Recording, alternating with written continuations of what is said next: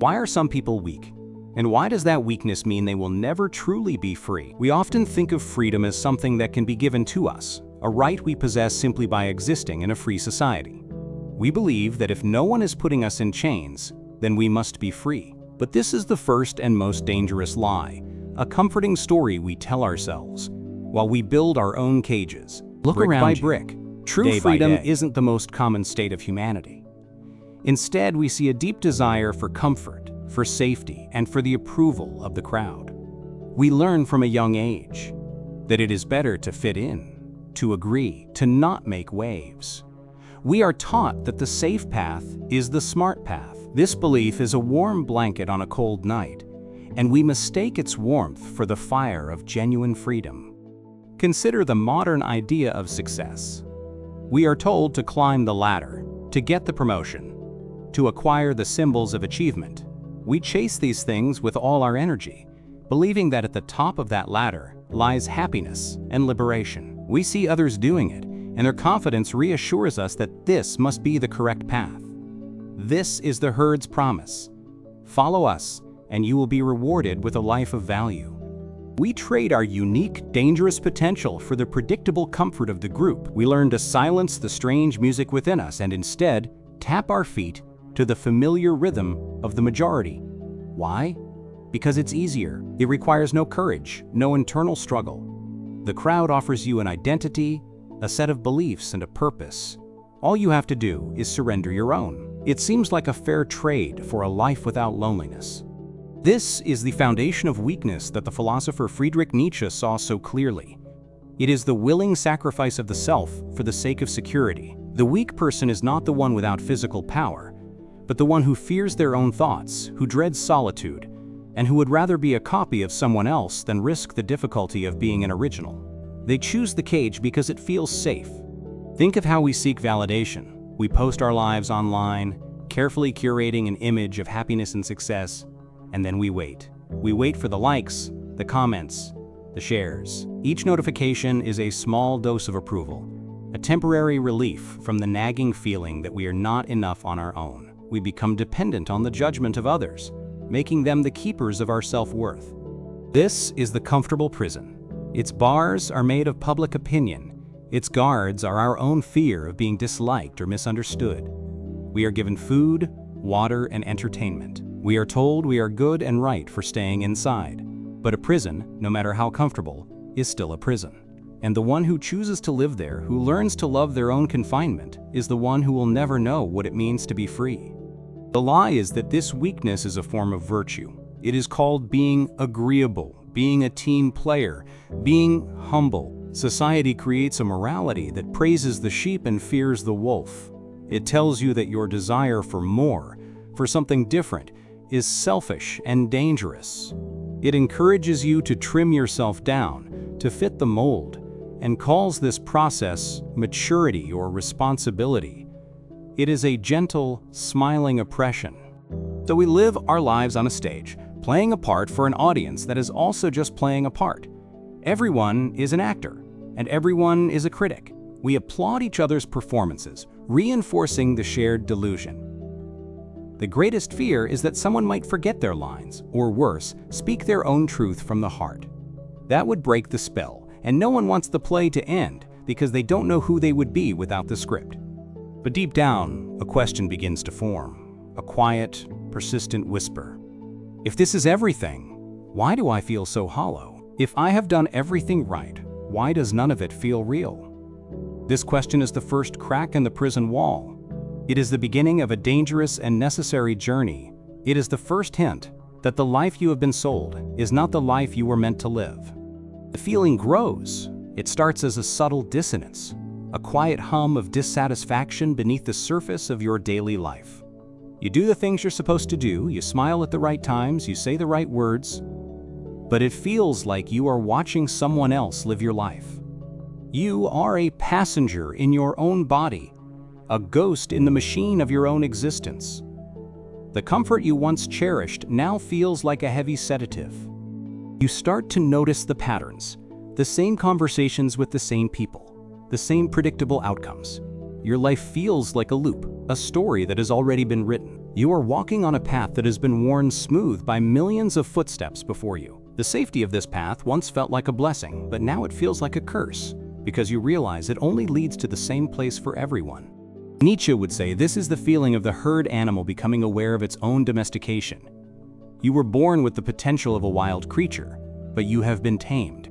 You have been taught to graze peacefully in the pasture, to fear the wilderness, and to find contentment within the fence. This dawning horror is the realization that the fence was not built to protect you from the dangers outside, but to protect the outside from your potential.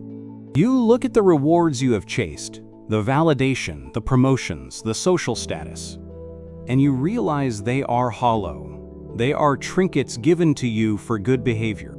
They are not measures of your worth, but symbols of your compliance.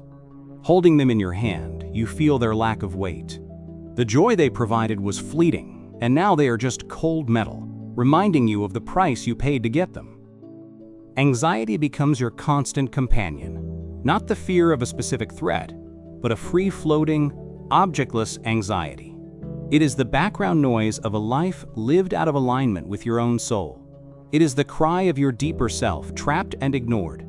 You try to numb it with more work, more entertainment, more noise, but it's always there, waiting for you in the quiet moments, reminding you that something is profoundly wrong. You begin to question the values you are given, who decided what is good and what is bad, who wrote the rules that you have so obediently followed. You realize that these values serve the group, the system, the herd. They are designed to create predictable, manageable people. They are not designed to help you become the powerful, unique individual you have the potential to be. They are the software of your own containment. This doubt creates a profound sense of isolation. When you look at the smiling faces around you, you wonder if they are faking it too, or if you are the only one who feels this way. You feel like an alien, a stranger in your own home. Speaking your doubts feels impossible, because it would mean challenging the very reality everyone seems to accept. So you remain silent, and the silence deepens the chasm between you and the world. The world, which once seemed solid and reliable, now feels like a fragile stage set. You can see the flimsy props, the painted backdrops, the actors reciting their lines. The magic is gone. This is a terrifying moment, but it is also a moment of immense power. It is the moment you stop being a passive audience member and realize you can walk off the stage. You can refuse to play the part any longer. You start to feel contempt. Not a hateful, bitter contempt, but a clear-eyed disgust for the weakness you see in others, and more importantly, in yourself. You feel contempt for the mindless conformity, the desperate need for approval, the fear of anything new or difficult. This contempt is not a negative emotion. It is the immune system of your soul kicking in. It is rejecting the poison of mediocrity that you have been swallowing for so long. This is the unraveling. The comfortable world is falling apart, and you are falling with it. It is a process of disillusionment, and it hurts. It feels like losing your religion, your country, and your family all at once. But Nietzsche would argue that you are not losing anything real. You are simply shedding a skin that has become too tight. You are breaking out of an egg. The pain you feel is not death, but birth. You begin to see the invisible chains. They are not made of iron, but of guilt. The fear of disappointing your parents, the fear of being abandoned by your friends, the guilt of wanting more than what you have been told you deserve. These chains are powerful because you are the one who holds them in place. You have been your own jailer, policing yourself on behalf of a society that benefits from your imprisonment. The voices of the herd grow louder in your head, trying to pull you back. Who do you think you are? Don't be selfish. This is just a phase, you'll get over it. These are the defense mechanisms of the collective, designed to neutralize any threat of individuality. The weak person listens to these voices, internalizes them, and retreats back into the safety of the cage. They mistake the voice of the herd for the voice of reason. You feel a profound emptiness. All the goals that once motivated you now seem meaningless. The ladder of success is just a ladder leaning against the wrong wall. This state is often called nihilism, the belief that nothing matters. But for Nietzsche, this is not an end point. It is a necessary clearing of the ground. You must see that the old values are worthless before you can have the space to create your own. You experiment with small acts of rebellion. You say no when you would have once said yes out of obligation. You spend time alone when you would have sought company to avoid your own thoughts. You voice an unpopular opinion. Each small act is a test. It feels dangerous, exhilarating. You are testing the bars of the cage, and you are discovering that they are not as solid as you once believed. You are taking your first breaths of free air. You start to find joy not in being liked, but in your own approval of yourself. You are building an internal compass, a sense of what is right for you, independent of what anyone else thinks. This is the beginning of true self-esteem. It is not the loud arrogance of the insecure, but the quiet confidence of someone who is no longer afraid to stand alone. You are becoming your own source of validation. The fear of pain begins to transform. You've been taught your whole life to avoid pain, to seek pleasure and comfort. But now you see that the things that made you grow were always the difficult things. The painful breakup that taught you about resilience. The failure that taught you a valuable lesson. You start to see that pain is not an enemy to be avoided, but a teacher to be respected. It is the chisel that sculpts the soul. You see the weakness in what society calls pity and compassion. Nietzsche was critical of a pity that keeps people weak, that encourages them to remain in their suffering. True help, he might argue, is not in comforting someone in their cage, but in handing them a hammer and showing them how to break the bars themselves. It is to encourage the strength in others, not to coddle their weakness. The disapproval of the crowd no longer feels like a threat, but like a confirmation. If the herd is moving in one direction, and you feel a powerful pull to go another, you start to trust that pull.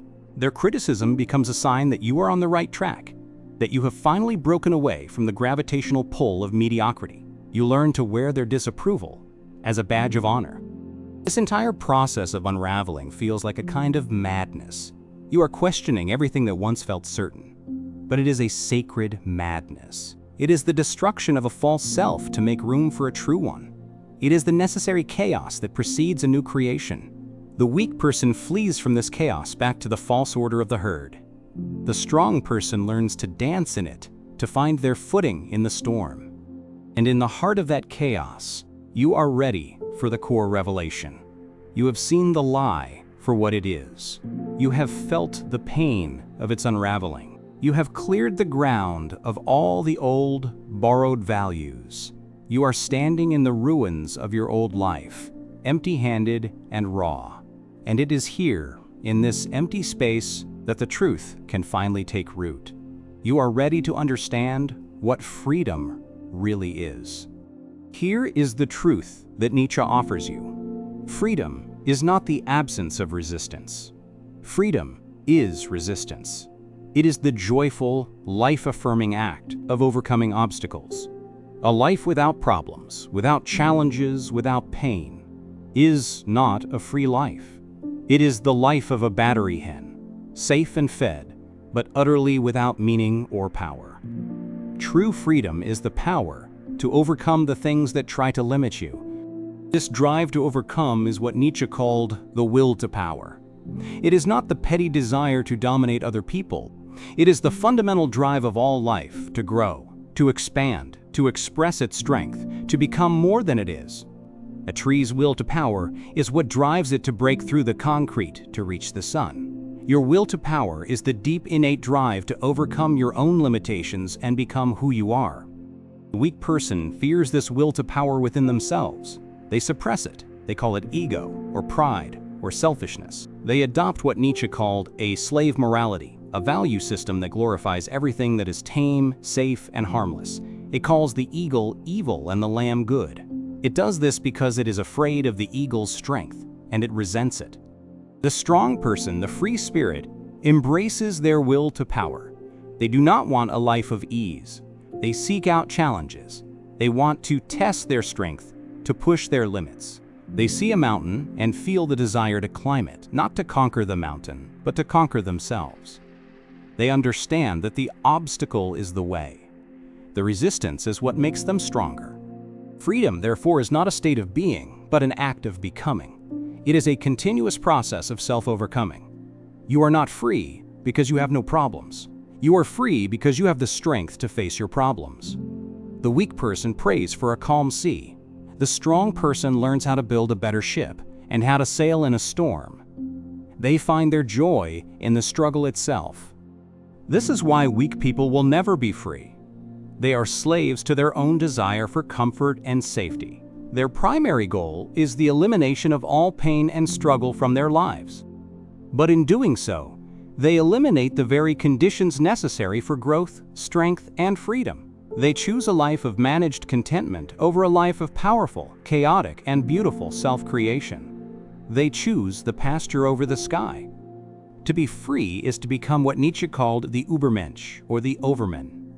This is not a superhuman, but a human who has overcome their own humanity.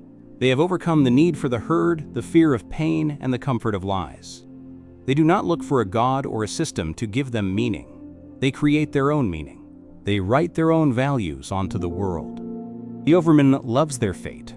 Nietzsche called this amor fati. It is the ability to look at your life with all its pain, its mistakes, and its suffering, and to not wish for any of it to be different.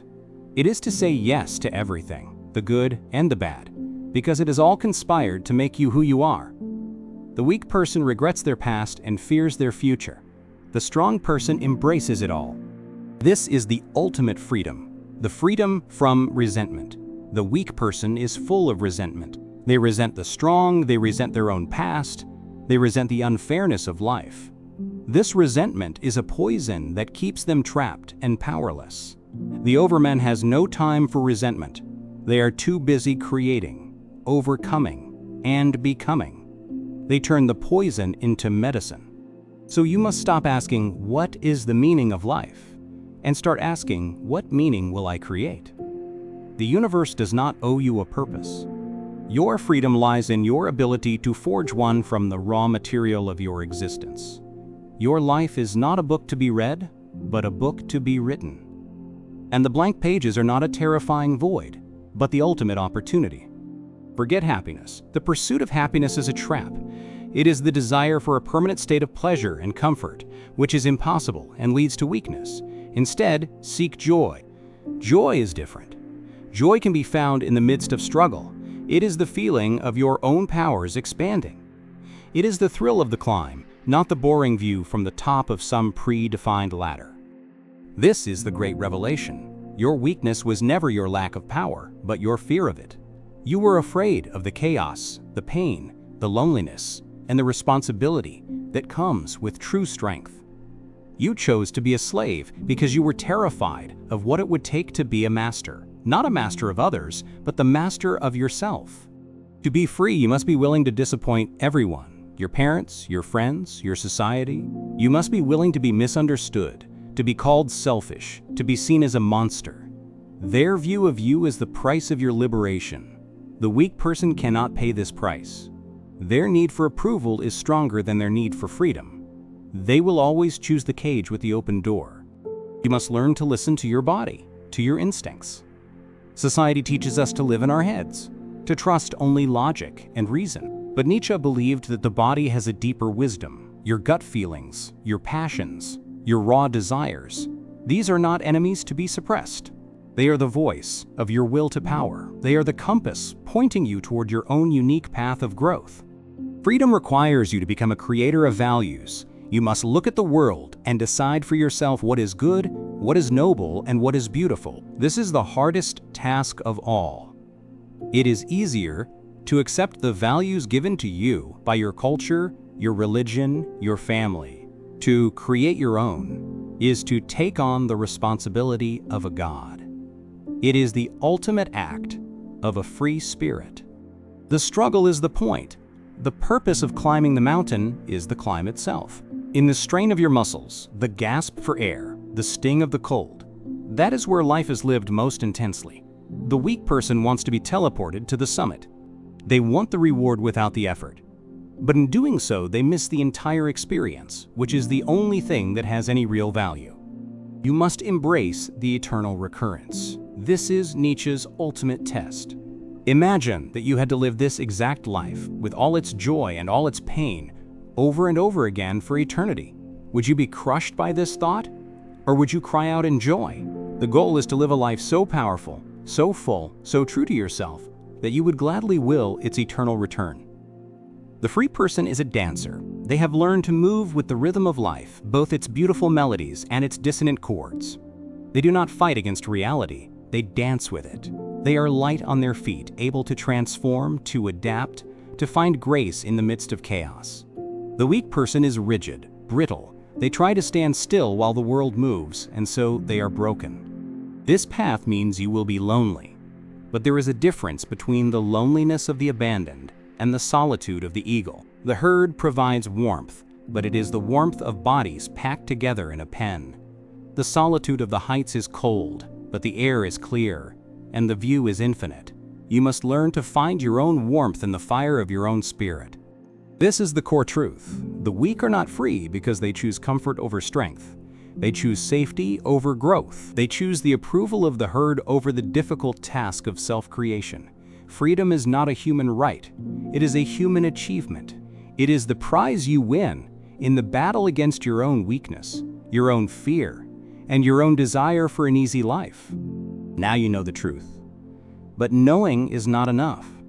The path of transformation is not a single leap, but a million small, difficult steps. It begins with the decision to value strength over comfort in your daily life. It is choosing the hard workout over the couch. It is choosing the difficult conversation over the comfortable silence.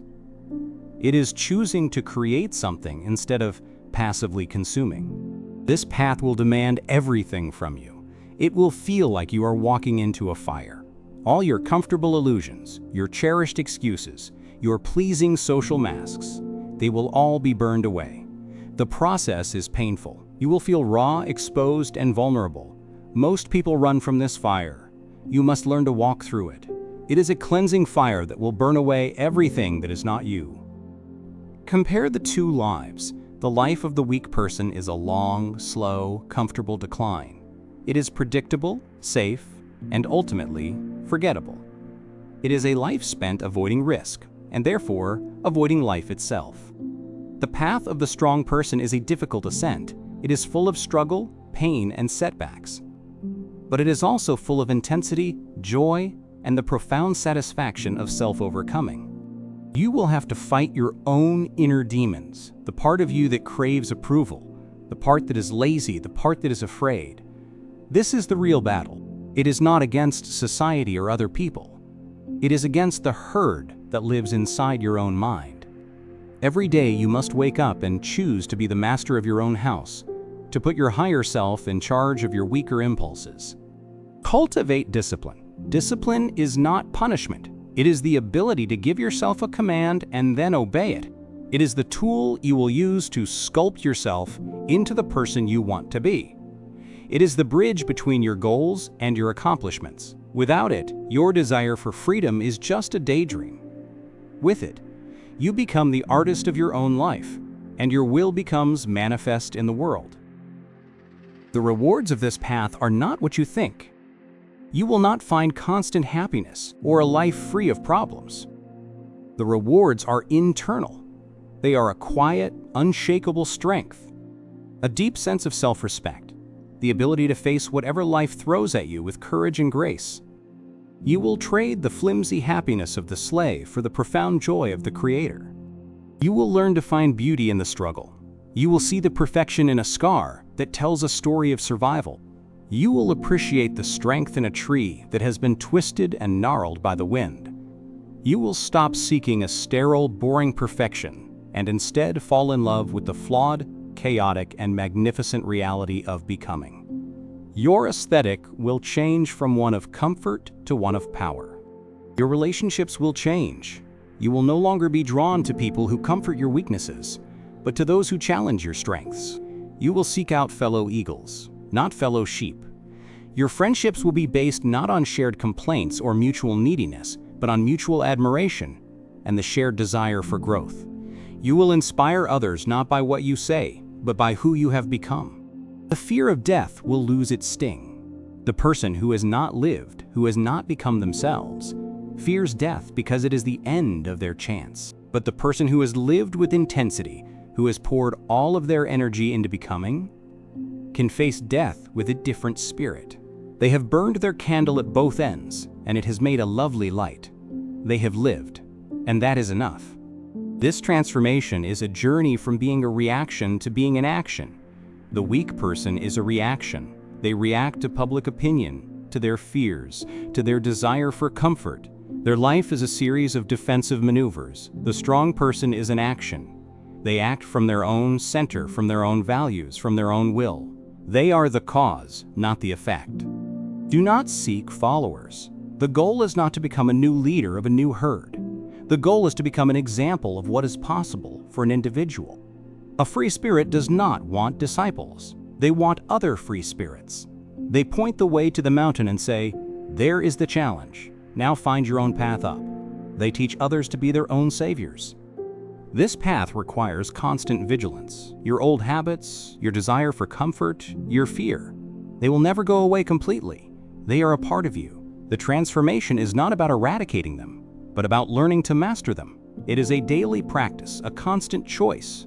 Freedom is not a destination you arrive at, but a direction you choose to walk in every single day. Embrace your solitude. It is in solitude that you can finally hear your own voice. The noise of the crowd fades away, and you are left with only yourself. At first, this will be terrifying. But if you can stay in that space, you will discover your own depths. You will find a strength and a wisdom that you never knew you had. Solitude is the workshop of the soul. Eventually, the struggle itself becomes a source of joy. You will no longer see difficulty as a burden, but as an opportunity. You will welcome challenges as a chance to test and prove your strength. You will have reprogrammed your mind to find pleasure not in ease, but in effort. This is the ultimate alchemy, turning the lead of suffering into the gold of power. The final stage of this transformation is a kind of lightness. You have faced your demons, created your values, and embraced your fate. You are no longer weighed down by guilt, resentment, or fear. You have become like a dancer, able to move through life with power and grace. You are not free from life's problems, but you are free in how you meet them. This is the freedom of the overman. So we bring this journey back to you right now. Look at your own life. Where are you choosing comfort over strength? Where are you trading your freedom for the approval of the crowd? What are the comfortable lies you tell yourself? The chains you refuse to see? This is not about judgment. It is about awareness. The first step to breaking out of a prison is to realize you are in one. You have the will to power within you. It is your birthright. It is the same force that pushes a seed to break through the soil. It may be buried under years of fear and domestication, but it is there. It is the part of you that feels dissatisfied with a life of quiet desperation.